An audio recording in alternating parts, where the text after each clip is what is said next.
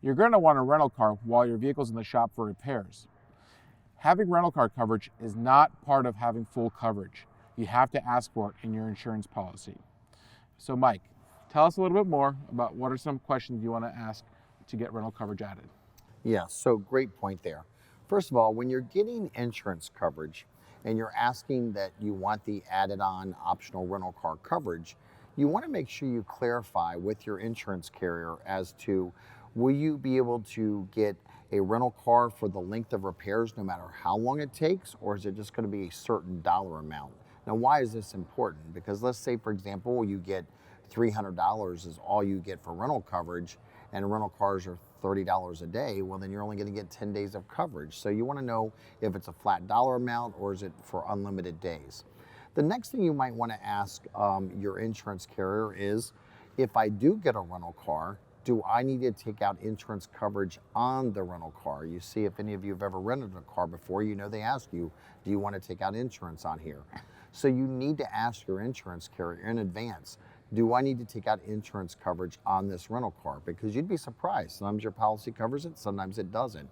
Some people will also suggest that you might even ask your credit card company.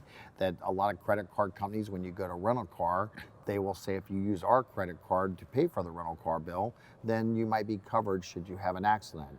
In other cases, some credit card companies only reimburse you whatever your deductible is under that insurance coverage. So it's important you understand if you have coverage on that rental car. If you're a claimant, which means you're not at fault, someone else hit you, understand that you are entitled to what's called a comparable vehicle. So Danny, what are your thoughts on a comparable vehicle? So it sounds like if I'm driving a minivan and I'm transporting my kids around, I'm going to need a car that's going to be able to facilitate, the amount of people or, whatever the size of the vehicle that I'm currently driving. So again, having that coverage for, the comparable size, or if I'm a claimant in this case, make sure you talk to that rental car company to see if there's one available, and you may have to reserve one in advance. Absolutely correct. And one other tip with you is in regards to picking up your rental car.